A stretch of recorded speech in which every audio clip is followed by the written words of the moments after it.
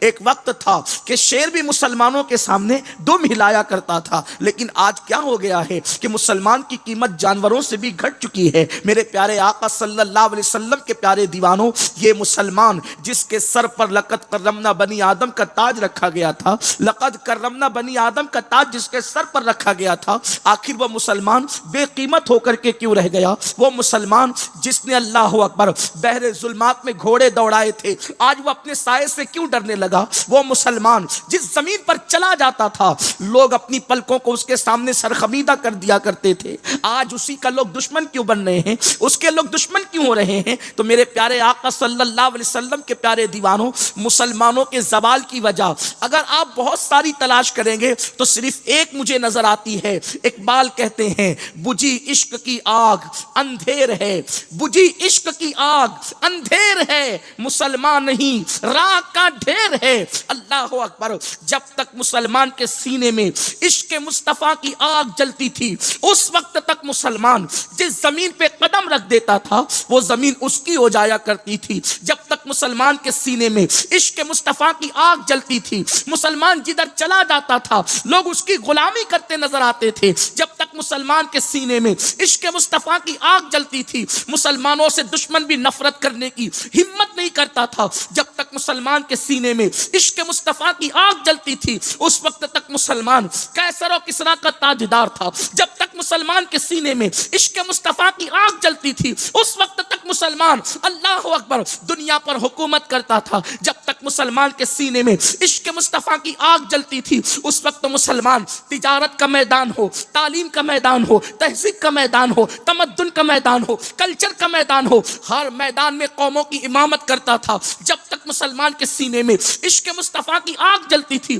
مسلمان غربت کی چکی میں نہیں بلکہ خوشحالی میں اپنی زندگی کو گزارتا تھا۔ اللہ اکبر، کیا نظر لگ گئی، کیا نظر لگ گئی۔ اقبال کہتے ہیں متاع دین و دانش لٹ گئی اللہ والوں کی، متاع دین و دانش لٹ گئی اللہ والوں کی، یہ کس کافر ادا کا غمزہ خوریز ہے ساقی۔ میرے پیارے آقا علیہ السلام کے دیوانوں، اور پھر رونا رونے کے بعد اقبال یہ بھی کہتے ہیں نہیں مایوس ہے اقبال اپنی کشت ویراں سے، نہیں مایوس ہے اقبال اپنی کشت ویراں سے، ذرا نم ہو تو یہ مٹی بڑی زرخیز ہے ساقی۔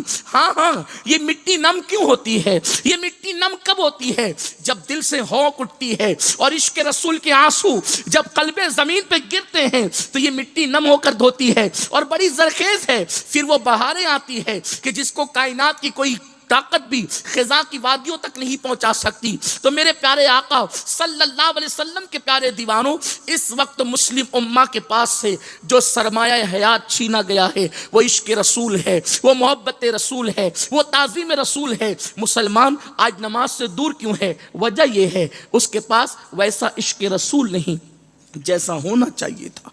اس کی وجہ یہ ہے اگر دل میں محبت رسول ہوتی تو مسلمان سوچتا، واقعی عشق کامل ہوتا تو مسلمان سوچتا کہ نماز میں میرے آقا کی آنکھوں کی ٹھنڈک ہے، وہ نماز کو کیوں ترک کرتا؟ اسی طریقے سے اس کے دل میں کامل عشق رسول ہوتا تو وہ اپنے ہاتھوں میں شراب کا پیالہ کیوں لیتا؟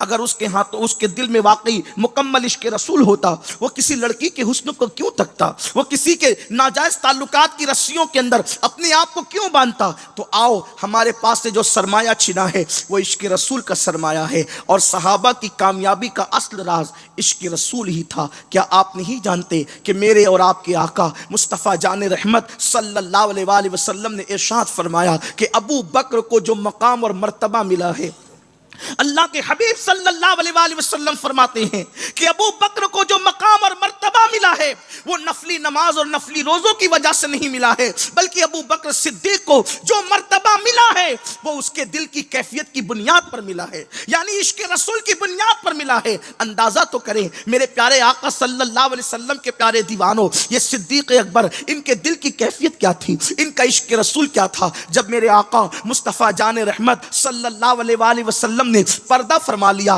تو سیدنا ابو بکر صدیق جب نماز کا سلام پھیرتے اور صحابہ کو نماز پڑھاتے تو نماز کا سلام پھیرنے کے بعد سیدنا صدیق اکبر اٹھ کر کے کھڑے ہو جاتے. صحابہ پوچھتے کہاں جا رہے ہو؟ تو صدیق اکبر کہتے بہت دن ہو گئے اللہ کے حبیب کی زیارت نہیں ہوئی, میں اللہ کے رسول کی زیارت کے لیے جا رہا ہوں. تو صحابہ کہتے کیا آپ کو یاد نہیں رہا کہ اللہ کے حبیب علیہ السلام پردہ فرما چکے ہیں, سرکار دنیا سے تشریف لے گئے ہیں؟ تو سیدنا ابو بکر صدیق اپنے دل کو پکڑ کر کے بیٹھ جاتے.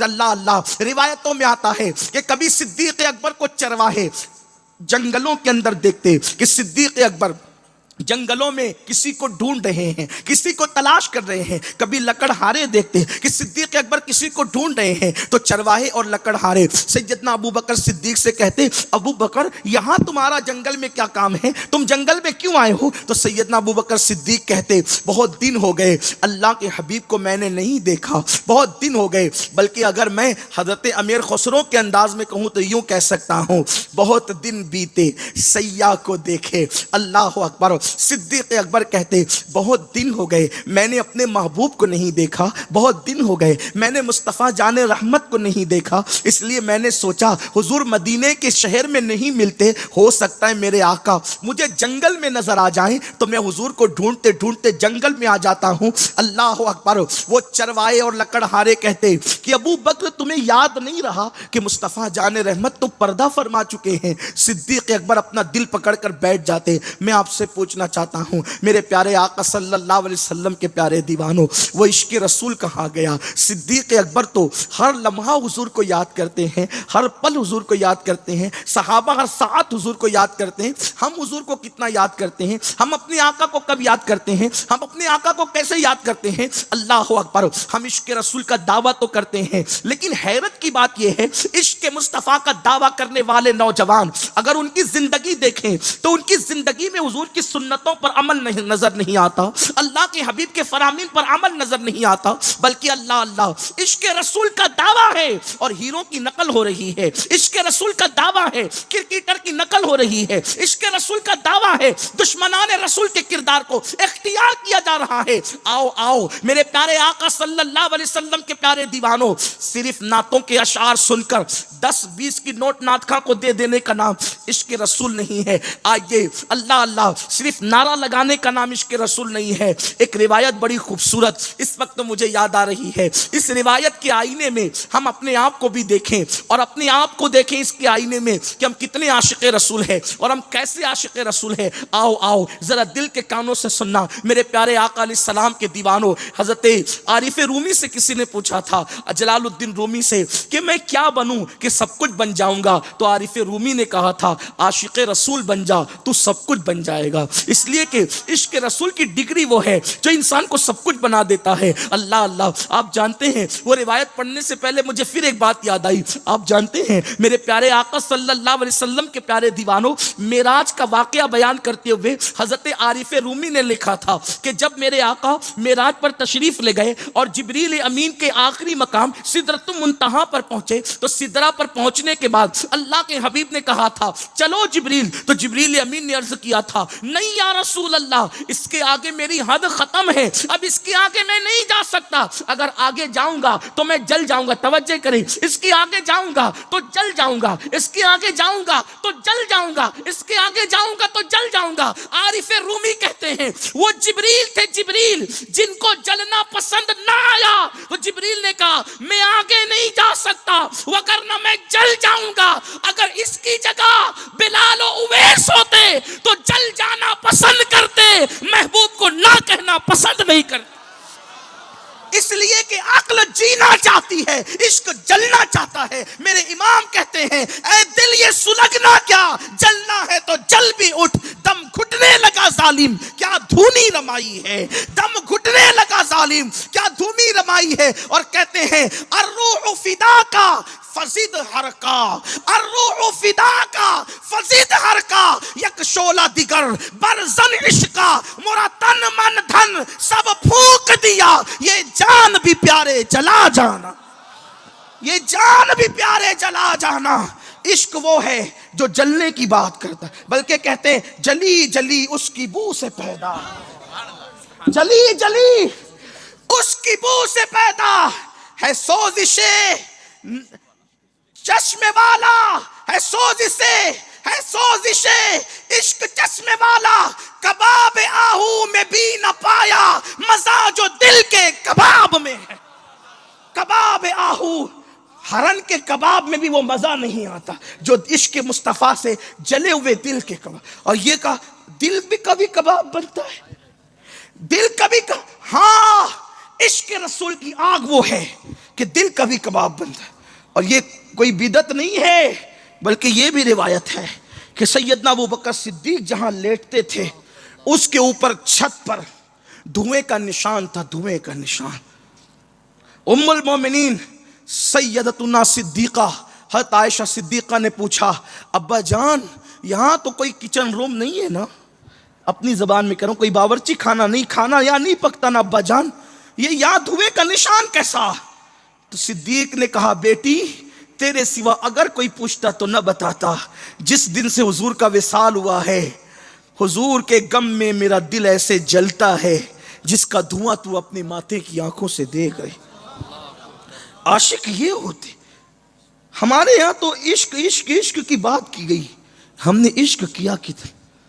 عشق رسول کا دعویٰ مسجد ویران، عشق رسول کا دعویٰ حرام لقمے، عشق رسول کا دعویٰ داڑیاں مڈا کر گٹروں میں پھینکی، عشق رسول کا دعویٰ ہماری گھر کی بیٹیاں بے پردہ گھومی۔ کبھی سوچا عشق مصطفیٰ کا دعویٰ کرنے والوں نے کہ جب ہمارے گھر کی بیٹیاں بے پردہ گھومتی ہوگی تو حضور کے دل پہ کیا گزرتی ہوگی؟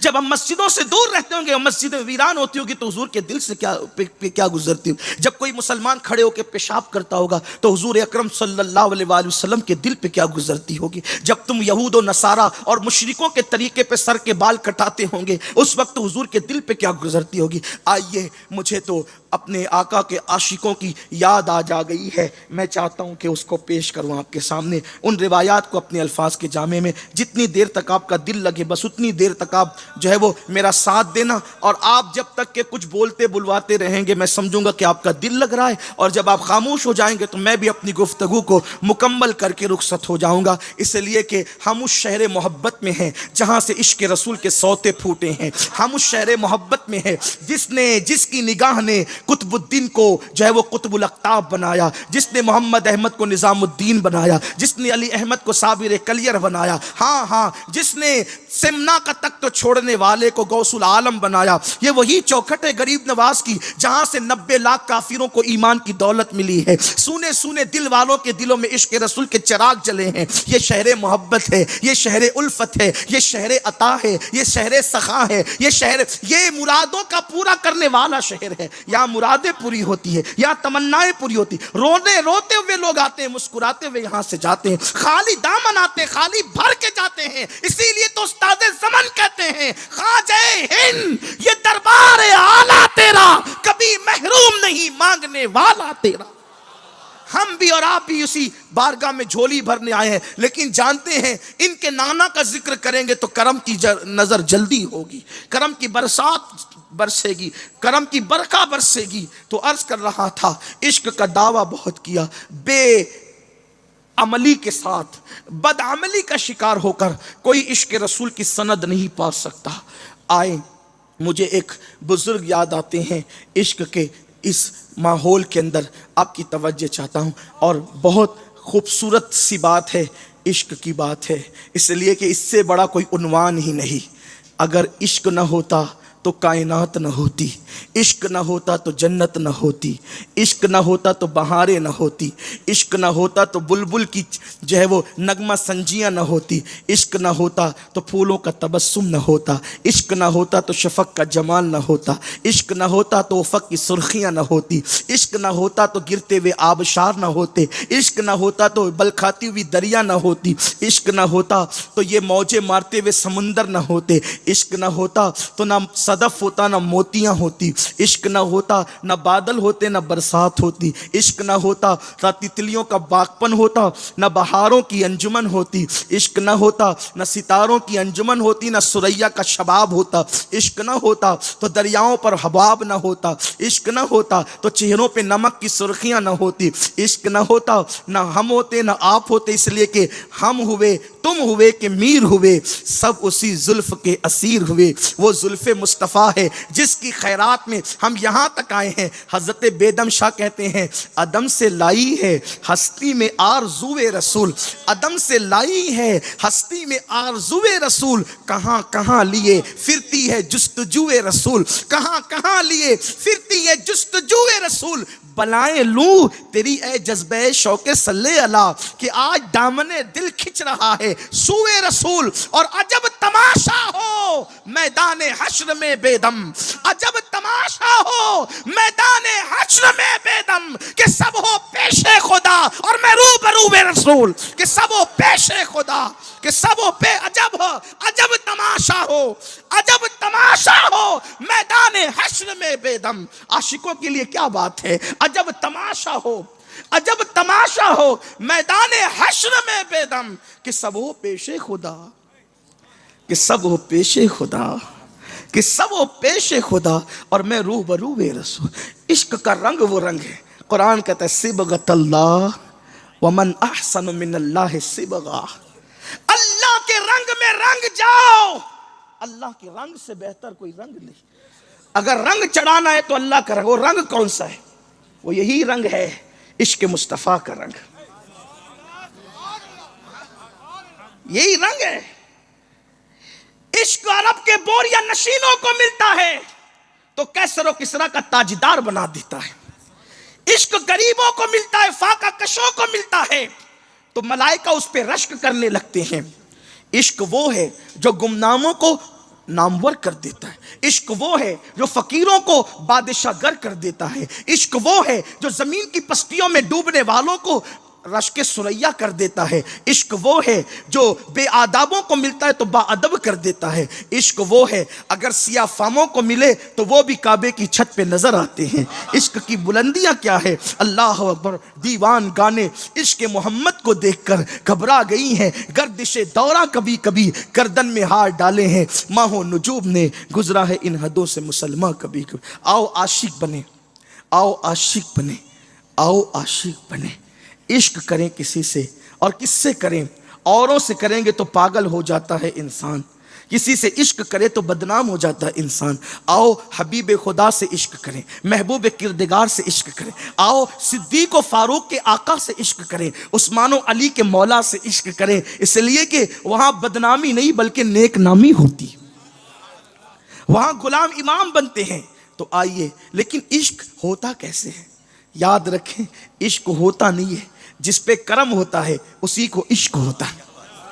قدرت جس کو جنتی بنانے کے لیے منتخب کر لیتی ہے، قدرت جسے جنتی بنانے کے لیے منتخب کر لیتی ہے اسی کو عشق رسول کی توفیق عطا کرتی ہے۔ بربط دل پر یہ تار اس وقت چھڑتے ہیں جب قدرت کسی کا انتخاب کر لیتی ہے، ورنہ ہر دل کو توفیق نہیں کہ وہ مصطفیٰ جان رحمت سے عشق کرے۔ خال خال کچھ دل ایسے ہیں کہ اللہ اکبر، یہ وہ نغمہ ہے محبت کے لیے کچھ خاص دل مخصوص ہوتے ہیں، یہ وہ نغمہ ہے جو ہر ساز پہ گایا نہیں جاتا، یہ وہ نغمہ ہے جو ہر ساز پہ گایا نہیں جاتا۔ عشق کرے، عشق کرے، آئیں عشق کرے، کس سے؟ محبوب خدا سے، اور ان سے عشق کرنے والا بھی محبوب خدا بن جاتا ہے۔ اللہ کا محبوب بنے جو تمہیں چاہے، اس کا تو بیان ہی نہیں ہے، تم جسے چاہو۔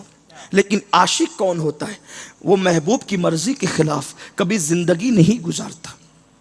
یہاں تو زندگی میں نمازیں نہیں، عبادت کا شوق نہیں، چوری ہم کریں، جھوٹ ہم بولیں، غیبت ہم کریں، عاشقوں میں نام کیسے آئے؟ دیکھو عشق کتنا باغیرت ہوتا ہے۔ ایک صحابی ہیں، ان کا نام سعد ہے رضی اللہ تبارک و تعالی عنہ، لیکن رنگ ان کا پکا ہے۔ سمجھانے کے لیے صرف ان کو میں نہیں کہہ رہا ہوں، آپ کو سمجھائیں، پکا رنگ کہتے ہیں گھٹ کالے کو، جس کو آپ اپنی زبان میں جیٹ بلیک کہتے ہیں نا، کالا رنگ، گھٹ کالا، جیسے حبشیوں کا رنگ ہوتا ہے نا کالا، ایک دم سیاہ۔ حضرت سعد کا جو رنگ تھا سیاہ فامی میں تھا، پکا کلر تھا، پکا کلر، اور ان کے پکے کلر کی وجہ سے عرب کے لوگ ان کو سعد کی بجائے اسود کہتے تھے، مطلب کالا۔ جیسے ہم کسی کو کہتے ہیں نا کالے رنگ والے کو کلو، کلوا، ایسے ہی کالیا، اور بھی لوگ پتہ نہیں کیا کیا کہتے ہیں۔ تو اور بھی آپ کے یہاں نہیں کیا کہتے مجھے نہیں پتا، میں نے جہاں کی لینگویج جانتا ہوں میں نے وہاں کی کہہ دی، لیکن آپ سمجھ گئے ہوں گے کہ میں کہنا کیا چاہتا ہوں۔ تو سعد کا رنگ اتنا پکا تھا کہ ان کو اسود کہا جاتا، کیا کہا جاتا؟ اسود کہا جاتا تھا، اسود۔ اور اسود، ہونٹ موٹے موٹے، دانت بڑے بڑے، لیکن تھے بڑے جسیم، بھاری بھرکم جسم کے انسان، بہت مضبوط جسم کے تھے۔ جب جنگ میں جاتے تھے، جنگ میں تو لوگ جنگ میں لوہے کے جسم، لوہے کے کپڑے پہنتے تھے جن کو زرہ کہتے ہیں، زرہ۔ اور یہ ان کا حال یہ تھا کہ یہ زرہ پہننا تو دور کی بات، اتنے بہادر تھے کہ یہ کرتا بھی اتار دیتے تھے اور تہبند پہن کر دشمن سے جنگ کرتے تھے۔ یہ میرے نبی، یاد رکھنا، عشق نہ ہو تو انسان بزدل ہوتا ہے، اور عشق انسان کو طاقتور بنا دیتا ہے۔ کیوں؟ اس لیے کہ طاقت دل کی طاقت ہے۔ آج جو ہماری قوم بزدل ہے نا، وجہ یہ ہے کہ دل میں وہ عشق نہیں ہے، ورنہ دل میں جب عشق آتا ہے تو انسان طاقتور ہو جاتا ہے۔ آپ کہیں گے اس کا کوئی ثبوت؟ دیکھو ایک چھوٹا سا ثبوت، حضرت عمر ابن خطاب جانتے تھے کہ میری بہن کبھی میرے ساتھ کھڑے ہو کر بات کرنے کی قوت نہیں رکھتی، اسی لیے وہ بہن کو اسلام سے دور کرنے پورے غرور سے گئے تھے کہ جو بہن نے کبھی آنکھ ملا کے بات نہ کی، اگر میں اس کو ڈانٹ دوں گا وہ محمد عربی کا دین چھوڑ دے گی۔ بولو یہی تھا نا؟ اس لیے کہ جانتے تھے بہن میری اتنا میرا ادب کرتی، اتنی کمزور ہے کہ آنکھ ملا کے بات نہیں کرتی، اسی غرور کے ساتھ عمر ابن خطاب گئے تھے کہ اس کو تو میرے چند لمحوں کا کام ہے محمد عربی کے مذہب سے دور کر دینا۔ ننگی تلوار لے کر گئے، دروازے پہ دستک دی، دروازہ کھلا، بہن سامنے کھڑی تھی۔ عمر بات کیا ہے؟ تو کہا کہ میں نے سنا ہے کہ تم مرتد ہو گئے۔ مرتد ہونے کا مطلب اپنے مذہب سے پھر گئے۔ فرمایا عمر مرتد پہلے تھے اب دیندار ہو گئے، مرتد پہلے تھے اب دیندار ہو گئے۔ کہا کہ چھوڑ دو محمد کے دین کو، تو کہا نہیں چھوڑیں گے۔ تو فاروق اعظم نے جب بہن کو یہ بات کرتے دیکھا، دو بدو دو ٹوک بات کرتے دیکھا، تو بہن کی طرف جانے کی بجائے جو ہے وہ بہن بھائی کو مارنے لگے، لیکن جب مارنے لگے بیچ میں بہن آئی تو ان کو بھی مار کے پھینکا۔ اور حضرت فاروق اعظم کی بہن نے کہا عمر کان کھول کے سن لو، اگر تو خطاب کا بیٹا ہے تو میں بھی خطاب کی بیٹی ہوں، اگر تو اپنے مذہب کے لیے جان لینا چاہتا ہے تو ہم بھی جان دینا چاہتے ہیں۔ تو تیرے مذہب کے لیے جان لینا چاہتا ہے، ہم اپنے مذہب کے لیے جان دینا جانتے ہیں۔ فاروق اعظم سوچنے پہ مجبور ہو گئے، آخر جو آنکھ ملا کے بات نہیں کر سکتی تھی وہ اتنی جری اور بہادر کیسے ہو گئی؟ تو نتیجے پر پہنچے، عشق مصطفیٰ نے بہن کو یہ قوت عطا کر دی۔ مگر حد تو یہ ہے جس عمر سے کوئی جیت نہ سکا وہ عمر بہن کے آگے ہارتے نظر آئے، ہتھیار ڈال دیا اور آخر خود کا مذہب چھوڑ کر محمد الرسول اللہ کا مذہب اختیار کر لیا۔ عشق وہ قوت دیتا۔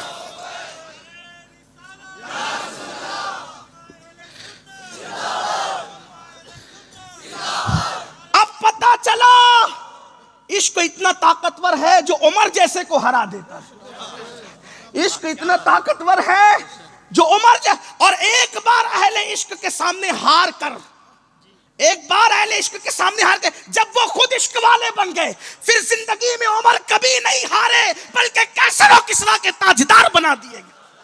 یہ ہے عشق، عشق کی منزلیں یہ ہے، لیکن آسان نہیں ہے نا عشق۔ اور جو میں نے بات کہی ہے نا ہارنے کی، کوئی اس کو دوسرا رنگ نہ دے، یہ ایمان لانے سے پہلے کی بات ہے۔ اور یہی ہار فاروق اعظم کے لیے جیت کا ذریعہ بن گئی۔ عشق یہ ہے نا، عشق کی منزل یہ ہے، عشق کا مقام یہ ہے۔ لیکن ہم نے تو ہیروں سے کیا، گانوں سے کیا، گناہ سے کیا۔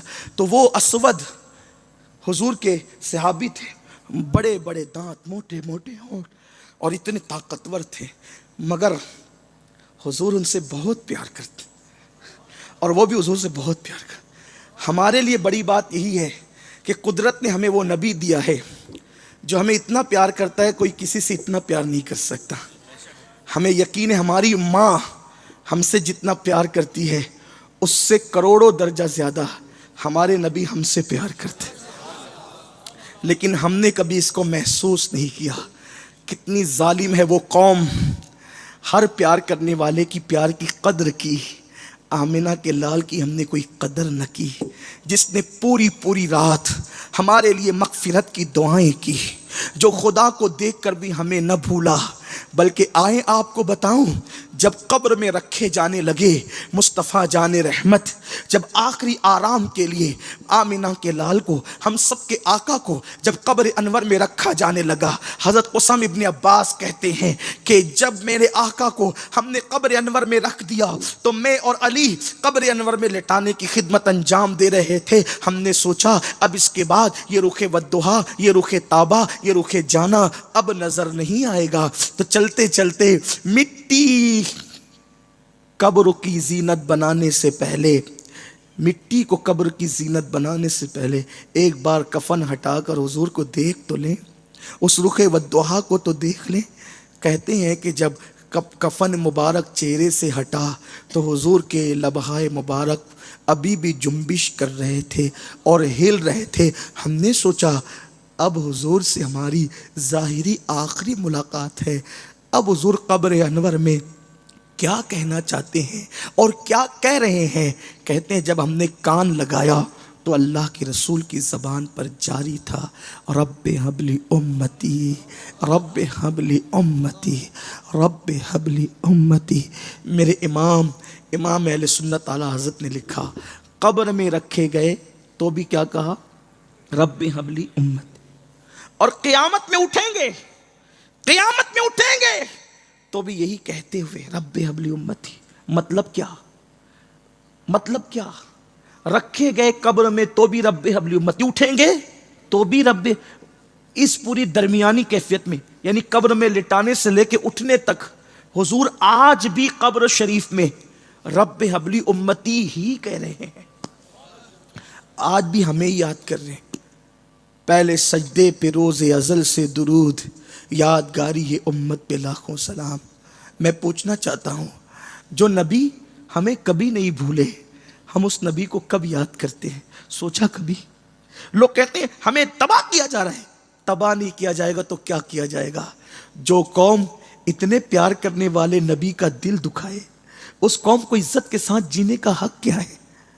لیکن ہاں، کسی عاشق رسول نے کہا تھا حضور یوں ہی یاد نہیں آتے، پہلے حضور ہمیں یاد کرتے ہیں پھر وہ ہمیں یاد آتے ہیں۔ شاید آج خصوصی طور پہ ہمارا نام لے کر ہمیں یاد کیا گیا ہے، اسی لیے قائد والوں آج ہم ان کی محفل سجا کر بیٹھ گئے ہیں۔ جب کہیں سے بھی نہیں ملتی ہے سکون کی دولت، تیرے دیوانے تیری محفل کو سجا لیتے ہیں۔ آؤ ان کا یاد کریں، ان کی یاد کریں جنہیں خدا بھی پیار سے دیکھتا ہے، آؤ ان کی یاد کریں جن کی بارگاہ میں 70,000 فرشتے صبح آتے ہیں تو شام تک درود و سلام پیش کرتے ہیں، اور شام کو آتے تو صبح تک درود و سلام پیش کرتے ہیں۔ گویا کہ آج کوئی تقریر اور تکرار کا موقع نہیں بلکہ دل کا درد ہے جو ہم ایک دوسرے سے یہاں پر تبادلہ کرنے کے لیے بیٹھے ہیں۔ اسود حضور سے بہت پیار کرتے تھے، لیکن حضور بھی اسود سے بہت پیار کرتے تھے، پیار اتنا کرتے تھے کہ میرے آقا حضرت اسود سے مذاق بھی کرتے تھے، حضرت اسود سے مذاق بھی کرتے تھے، اور اسود حضور کے پاس آتے تھے، حضور ان سے مذاق کرتے تھے، دل لگی کرتے تھے۔ مذاق سے مراد ہماری طرح نہیں، حضور کی کسی بھی ادا کو اپنے اوپر کبھی قیاس نہیں کرنا، نہ ان کے جسم کو نہ ان کی اداؤں کو، جسم بھی بے مثال، ادائیں بھی بے مثال، قربان اسود سے مذاق بھی۔ ایک دن دوپہر کا وقت تھا، چلچلاتی ہوئی مدینہ منورہ کی دھوپ تھی، اچانک اسود کو میرے آقا کی یاد آئی، اسود دوڑے دوڑے کام چھوڑے چھوڑے بارگاہ رسالت میں آ گئے۔ اتفاق دوپہر کا وقت ہے، کوئی نہیں تھا، چلچلاتی دھوپ تھی، اسود اکیلے تھے، سرکار بھی اکیلے تھے۔ سرکار کی بارگاہ میں اسود نے حاضری دی۔ میرے کریم آقا نے پوچھا اسود اتنا بڑا ہو گیا ہے شادی کیوں نہیں کرتا؟ اسود اتنا بڑا ہو گیا ہے شادی کیوں نہیں کرتا؟ کہتے ہیں کہ دل لگی کی تھی لیکن دل کو لگ گئی۔ حضور نے تو بطور مزاح کہا تھا، حضور نے تو بطور مزاح کہا تھا، لیکن ان کے دل پر بات لگ گئی۔ آنکھ میں آنسو جھلملانے لگے، مزگاہ پر آنسو تاروں کی شکل میں لٹکنے لگے اور گالوں کو بوسے دینے لگے۔ سیاہ گالوں پر سفید سفید آنسو، ایسا لگتا تھا جیسے رات کی تاریکی میں کسی نے سیاہ اوڑھنی پر ستاروں کی موتیوں کو ٹانک دیا ہے۔ کریم آقا کی عادت ہے کسی کا دل دکھا ہوا کبھی نہیں دیکھ سکتے۔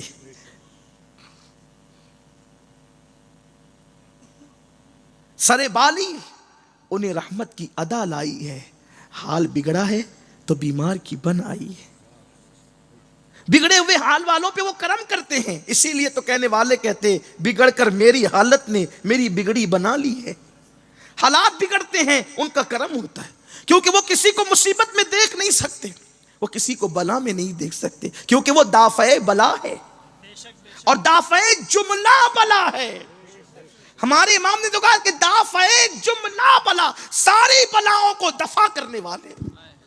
ارے ہم بلاؤں میں کیسے ہوں گے کہ جبکہ ہمارا آقا جملہ بلاؤں کا دافع ہے۔ اسی لیے تو کہا گیا، حضور تاج الشریعہ کہتے تجھے کیا فکر ہے اختر، تیرے یاور ہے وہ یاور بلاؤں کو جو تیری خود گرفتار بلا کر دے، جو بلاؤں کو بلا میں گرفتار کرے، اسی کو آمینہ کا لال کہتے ہیں۔ کوئی ان کا ہو کر تو دیکھے، کوئی ان کے قریب آ کر تو دیکھے۔ سب سے بڑا مسئلہ یہ، بلکہ سب سے بڑی بلا یہ ہے کہ ہم حضور سے دور ہو گئے ہیں۔ اللہ کی عزت کی قسم، اگر حضور کے قریب ہوتے تو کبھی کسی بلا میں گرفتار نہ ہوتے۔ آؤ نکلو، مصیبتوں سے نکلنا چاہتے تو حضور کے قریب آؤ، حضور سے اپنے رشتے کو مضبوط کرو، حضور سے اپنے رشتے کو استوار کرو، اللہ کے حبیب کی قربت اختیار کرو۔ اور جب تک گناہوں سے تعلق جڑا رہے گا کبھی بھی حضور کا قرب نصیب نہیں ہو سکتا۔ قرب مصطفیٰ کے لیے گناہوں سے تعلق توڑنا ضروری ہے۔ جناب اسود کی آنکھوں سے آنسو نکلے اور چہرے پہ جھلملانے لگے۔ سرکار نے کہا اسود کیوں روتے ہو، رونے کی وجہ کیا ہے؟ جناب اسود کہتے ہیں آقا مجھ جیسے سیاہ فام کو آخر مدینے کے خوبصورت لوگوں میں کون بیٹی دے گا اور میرا رشتہ کون کرے گا؟ قربان جائیں، بس اتنا سننا تھا، دریائے کرم جوش میں آیا، اتنا سننا تھا، دریائے کرم جوش میں آیا۔ اور مدینہ منورہ کا ایک گھرانہ جو بڑا خوبصورت تھا، سرکار نے فرمایا جاؤ اور جا کر کے اس گھرانے والوں سے کہنا کہ محمد عربی نے حکم دیا ہے کہ تم اپنی بیٹی کا رشتہ میرے ساتھ کر دو۔ حضرت اسود کبھی اپنے آپ کو سوچتے ہیں، کبھی اس گھرانے کا حسن دیکھتے ہیں، لیکن چونکہ حکم مصطفیٰ جان رحمت تھا، سرکار نے کہا جاؤ اسود جاؤ، اور اگر وہ ہاں کہہ دے تو میرے پاس آنا، میں تمہاری شادی اور نکاح کی تیاری خود کروں گا۔ اللہ اللہ، میرے سرکار کا حکم تھا۔ دوپہر کی اسی چلچلاتی دھوپ میں حضرت اسود نکلے اور اس وہاں دروازے پہ پہنچے، دروازے پہ دستک دی۔ میں روایت کو اپنی الفاظ کے جامع میں کچھ تصرف کے ساتھ پیش کر رہا ہوں تاکہ آپ کی بات سمجھ میں آئے۔ حضرت اسود نے دروازے پہ دستک دی، دوپہر کا وقت تھا۔ دوپہر کے وقت اس زمانے میں کوئی کسی کے گھر جایا نہیں کرتا تھا، کیونکہ لوگ تہجد گزار تھے۔ جیسے آج رات میں 2-3 بجے کوئی کسی کے گھر نہیں جاتا یا کسی کو فون نہیں کرتا، ایسے اس وقت میں بھی لوگ دوپہر میں آرام کے عادی تھے، تہجد گزار تھے، لوگ کسی کے گھر جایا نہیں کرتے تھے۔ اللہ اکبر۔ اور اگر رات میں 2-3 بجے کسی کی گھنٹی بجی تو ہم جلدی سے بے چین ہو جاتے ہیں، ارے اتنی رات کو کس کا فون آ گیا، کوئی حادثہ تو نہیں ہو گیا، کسی کی میت تو نہیں ہوگی، کوئی مسئلہ تو نہیں ہو گیا۔ تو ایسے ہی اس دور میں اگر دوپہر میں کوئی کسی کے گھر جائے تو لوگ بے چین اور بے قرار ہو جاتے تھے کہ بھئی کوئی حادثہ تو نہیں ہو گیا، اس وقت تو آنے کا ٹائم تو نہیں، آخر کون کیوں آیا ہے۔ تو ایسے میں دوپہر کی چلچلاتی دھوپ میں اسود نے دروازے پہ دستک دی، دروازے پہ دستک ہوئی، گھر کے لوگ بے چین ہو گئے، بے قرار ہو گئے، آخر اس دوپہر کے وقت میں کون آیا ہے؟ اندر سے آواز آئی کون؟ باہر سے کہا گیا اسود ہوں اسود، اور ایک پیغام لے کر کے آیا ہوں۔ جلدی سے جو ہے وہ صاحب خانہ بڑھے، پیچھے ایک خوبصورت اکلوتی بیٹی، ایک خوبصورت اکلوتی بیٹی۔ اگر اس خاتون کا یا اس دوشیزہ کا حسن ارشد علامہ ارشد کے لب و لہجے میں کھینچنا چاہوں تو میں بالکل یہ کہہ سکتا ہوں، بالکل یہ کہہ سکتا ہوں کہ آنکھیں نہیں تھی، ایسا لگتا تھا جیسے نرگس کے پھول کھلے ہیں، بال نہیں تھے، ایسا لگتا تھا جیسے کہ سنبل کا پودا ابھی ابھی کسی کھیت میں اپنے جو ہے وہ پتیوں کو بکھیرا ہے، اس کے چہرہ نہیں تھا، ایسا لگتا تھا جیسے لالا نے ابھی جو ہے وہ اللہ اکبر کہیں کسی باغ کے اندر جو ہے اپنا چہرہ بے نقاب کیا ہے۔ اس کے گال نہیں، یوں لگتا تھا گلاب کی سرخیاں ہیں، ہونٹ نہیں، ایسا لگتا تھا گلاب کی پنکھڑیاں ہیں۔ اللہ اللہ، اس کے حسن کو کیا کہوں، اگر ہندوستانی شاعر کے لب و لہجے میں کہہ دوں تو یوں کہا جا سکتا ہے کہ میں اس کو متھرا کی صبح کہوں، میں اس کو بنارس کی صبح کہوں یا متھرا کی شام کہوں، لیکن یہ کچھ بھی میں نہیں کہہ سکتا، اس لیے کہ حدیث اس بات کی اجازت نہیں دیتی کہ میں اس طرح سے کوئی تبصرہ کروں۔ میرے پیارے آقا صلی اللہ علیہ وآلہ وسلم کے پیارے دیوانوں، لڑکی تھی بڑی حسن حسین اور حسن کی ملکہ تھی، خوبصورت لڑکی، باپ کے پیچھے پیچھے چل پڑی، اور جب پیچھے پیچھے چلی تو باپ کی اوٹ میں چھپ گئی۔ کوئی حادثے کی خبر تو نہیں، کیونکہ بے وقت تو کوئی کیوں آیا ہے۔ دروازہ کھلا، باپ کی اوٹ میں چھپی ہوئی بیٹی کے کان کھڑے ہو گئے۔ آنے والے نے کہا، حضور نے سلام پیش کیا، وہ خوش نصیب نے سلام قبول کیا، اور قبول کرنے کے بعد کہا کیا بات ہے، حضور نے بھیجا ہے؟ ہاں اسود کیوں بھیجا ہے؟ حضور نے بھیجا ہے۔ ہاں اسود کیوں بھیجا ہے؟ حضور نے بھیجا ہے، لیکن کیوں بھیجا ہے؟ کہا رشتہ لے کر۔ تھوڑی دیر کے لیے بانچیں کھل گئی، حضور نے بھیجا رشتہ لے کر۔ خیال آیا کہیں میری بیٹی کو ام المومنین بننے کا شرف حاصل ہونے والا تو نہیں، لیکن دوسرے ہی لمحے میں وہ خیال بالکل دل و دماغ سے اوجھل ہوا، اور ایک بوجھ نے دل پر قبضہ جما لیا۔ کہنے والے نے کہا کیوں آئے ہو؟ حضور نے بھیجا ہے۔ کیوں؟ رشتہ لے کر۔ کس کے لیے؟ میرے لیے۔ اوپر سے نیچے تک اسود کو دیکھا۔ اسود جس کا خود کا مکان بھی نہیں، اسود جس کے گال سیاہ فام، اسود جس کے ہونٹ موٹے موٹے، بڑے بڑے دانت، ایک پری پیکر حسن کی ملکہ کو ان کے حوالے کر دوں؟ لیکن امتحان، ایک طرف حکم مصطفیٰ، دوسری طرف بیٹی کا مستقبل، ایک طرف سرکار کا حکم، دوسری طرف بیٹی کا مستقبل، کیا جواب دوں؟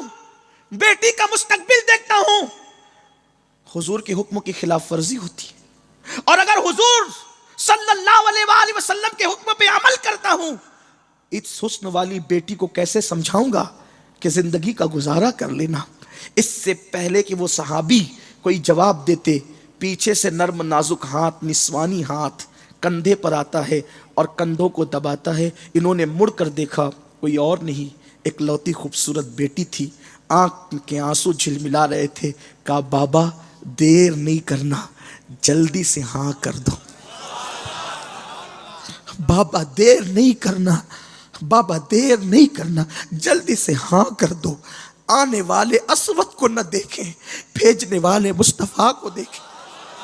آنے والے اسود کو نہ دیکھیں، بھیجنے والے مصطفیٰ کو دیکھیں۔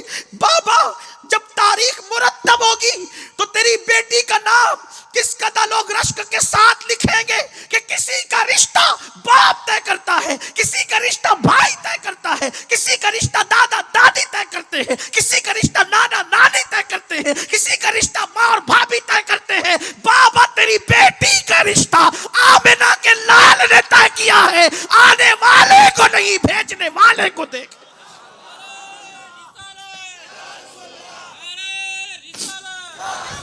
میں اس خوبصورت کے فرمان پر عمل کرنے کے تصور میں اس سیاہ فام کے ساتھ گزارا کر لوں گی، لیکن آپ ہاں کر دیں۔ کیا وہ بیٹیاں تھیں جنہوں نے نفس نہ دیکھا، مصطفیٰ جان رحمت کو دیکھا؟ کیا وہ بیٹیاں تھیں جنہوں نے دنیا کو نہ دیکھا، اپنی آخرت کو دیکھا؟ کیا وہ بیٹیاں تھیں جنہوں نے موجودہ حالات کو نہیں دیکھا، آخرت کو دیکھا؟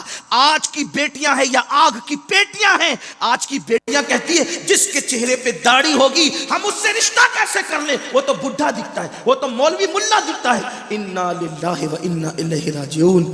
جو قوم کی بیٹیاں، اے قوم کی بیٹیوں سن لو، اگر تم کسی کی داڑھی کا مذاق اڑاتی ہو تو اس کی داڑھی کے چند بالوں کا نہیں، مصطفیٰ جان رحمت کی سنت کا مذاق اڑاتی ہو۔ اور قوم کی جو عورت مصطفیٰ جان رحمت کی سنت کا مذاق اڑائے گی، نہ وہ زمین کے اوپر چین سے رہے گی، نہ زمین کے اندر سکون سے رہے گی۔ آج لوگ اسی لیے داڑھی نہیں رکھتے نا لڑکے کہ ہمیں بیوی اچھی نہیں ملے گی، لیکن ایک بات یاد رکھنا، یہ اپنا تجربہ ہے میرے عزیز، غریب نواز کی سرزمین پہ کہہ رہا ہوں، داڑھی والوں کو ہمیشہ شریف بیویاں ملا کرتی ہیں، اور داڑھی والوں کی بیویاں جتنی محبت کرتی ہے نا اتنی کسی کی بیوی شاید نہ کر سکے۔ یہ اپنا دعویٰ ہے، اور ایک نہیں 1000% تجربہ اور آزمودہ اور مجرب ہے، اس سے بڑی دعوے کی بات نہیں کر سکتا۔ ہاں اس کی وجہ یہ ہے کہ میری بھی شادی سے پہلے میرے چہرے پہ داڑھی تھی، الحمدللہ اللہ احسان ہی۔ جو محبتوں کا ماحول داڑھی والوں کے یہاں یار وہ کہاں اور مل سکتا ہے۔ اب یہ گورا گورا سفید چمڑی کا اپنی بیوی کے ساتھ آ کے گیا۔ کیوں آئے تھے؟ تو کہا تاج محل دیکھنے کی بیوی کو خواہش تھی، اور لکھ کر گئے کہ ہم نے اس سے خوبصورت عمارت نہیں دیکھی، اور یہ محبت کی بڑی نشانی ہے۔ ہم نے کہا او دوگلو، جو دہشت گرد ہوتے وہ محبتی کیسے ہو سکتے ہیں، اور جو محبتی ہو وہ دہشت گرد کیسے ہو سکتے ہیں؟ یا تو محبتی کہنا چھوڑو یا تو دہشت گرد کہنا چھوڑو۔ او نادانو، یاد تو کرو ہمارے یہاں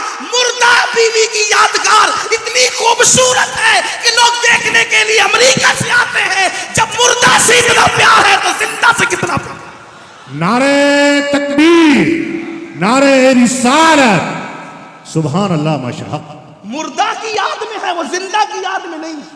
ممتاز کے انتقال کے بعد بنا ہے تاج محل۔ ہاں جیتے جی بنتا تو رخسار کے نشیب و فراز پر پھر کتنا خیال کیا جاتا۔ بہرحال لیکن اس پر بھی کوئی تبصرہ کرنا میرا مقصد نہیں ہے۔ ہاں داڑھی والا، وہ بھی داڑھی والا تھا جسے شاہ جہاں کہتے ہیں، اور ایسا داڑھی والا تھا کہ بادشاہ ہو کر بھی کبھی تہجد نہیں چھوڑا۔ ہاں آج لوگوں کے پاس دولت آتی تو مسجد مدرسوں سے نفرت کرتے ہیں۔ وہ ہمارے بادشاہ تھے، اللہ نے بادشاہ بنایا تو جہاں بھول بھلیا بنایا وہاں دلی کی جامع مسجد بھی بنائی۔ لوگوں کو اگر بھول بھلیا دکھتا ہے تو جامع مسجد کی ذرا دیکھ لیا کرے، اور لوگوں کو تاج محل دکھتا ہے تو شاہ جہانی مسجد بھی دیکھا کرے۔ ہاں یہ بھی دیکھا کریں۔ آپ کو عیب نظر آتے ہیں، خوبی کیوں نظر نہیں آتی؟ اور واللہ شاہ جہاں کی مغفرت کے لیے شاہ جہانی مسجد کا قیام ہی کافی ہے، کیونکہ اب سنیوں کا عقیدہ ہے کہ روزانہ سینکڑوں اولیاء غریب نواز کے یہاں حاضری دیتے ہیں، ایک ولی نے بھی اس مسجد میں سجدہ کر لیا، اس کی نجات کے لیے کافی ہے۔ نعرہ رسالت، خواجہ کا ہندوستان، خواجہ کا ہندوستان، ماشاءاللہ ماشاءاللہ۔ اپنے بادشاہوں سے ہم ہی کو بدگمان کیا گیا ہے، لیکن آپ سے کہتا ہوں کوا کان لے گیا تو کان کے پیچھے مت دوڑو، کوے کے پیچھے مت دوڑو، کان بھی تو دیکھو۔ شاہ جہاں نے مسجد بنائی نا، کتنے اولیاء روزانہ وہاں سجدہ کرتے۔ آج بھی ہم پہچانے نہ پہچانے، آتے تو روز ہیں، ہاں روز آتے ہیں جس کی مسجد میں۔ اور یہ بھی بتا دوں، جو پک پک کرتے ہیں نا صدیق اکبر کے خلاف، جب شاہ جہانی مسجد میں ولی نماز پڑھے تو اس کی مغفرت ہو جائے۔ مسجد نبوی جو ابو بکر صدیق کی بنائی ہوئی مسجد ہے، وہاں تو نبیوں کے امام نے سجدہ کیا۔ تو لوگوں کو یہ بھی شعور آنا چاہیے، لوگوں کو یہ بھی شعور آنا چاہیے۔ ہماری نظر سب طرف رہتی ہے تو میرے پیارے آقا علیہ السلام کے پیارے دیوانوں، وہ خاتون نے، اس لڑکی نے کہا ابا جلدی کریں، نہ نہیں کہ ہاں کریں۔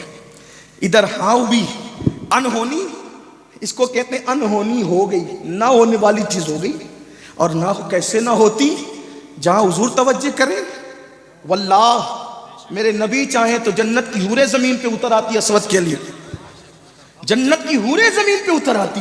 ہاں ہائے ہائے، مگر سنیں اب واپس آقا انہوں نے ہاں کر دیا ہے، سرکار انہوں نے ہاں کر دیا۔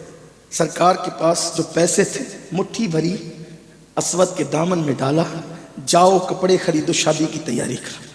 کیا وہ خوش نصیب لوگ تھے جن کے شادی کے جوڑے کے لیے بھی مصطفیٰ جان رحمت عطا فرما رہے تھے۔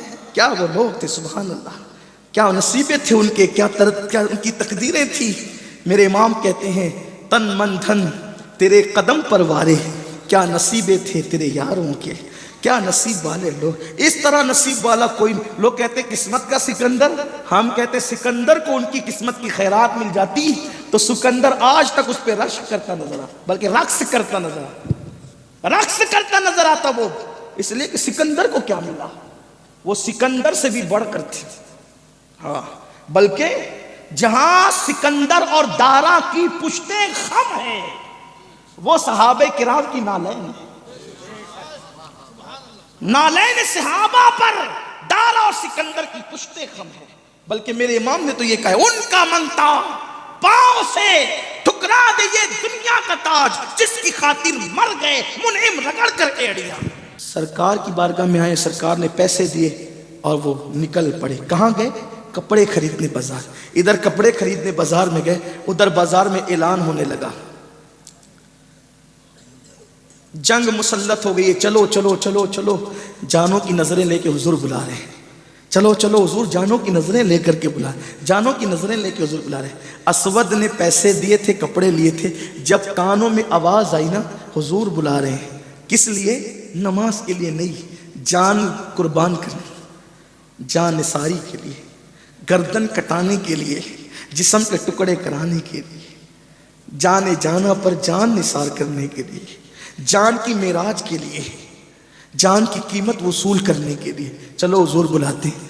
ہائے ہائے، لوگ کہتے ہیں، ابھی ایک صاحب کا کچھ شعر پڑھے جا رہے تھے کہ ان کے ہوتے میں اگر ہوتا تو یہ ہوتا اور وہ ہوتا اور وہ ہوتا. اللہ کرے کسی آدھے پاگل آدمی کے اشعار لگتے تھے، اللہ کرے وہ پورے ہو جائیں، اس کی مراد پوری ہو جائے. لیکن ہوتے نہیں تھے نا تو اچھا ہوا. حضور کے دور میں نہیں ہوئے نا تو اچھا ہوا. ہوتے تو بھی کیا کر لیتے.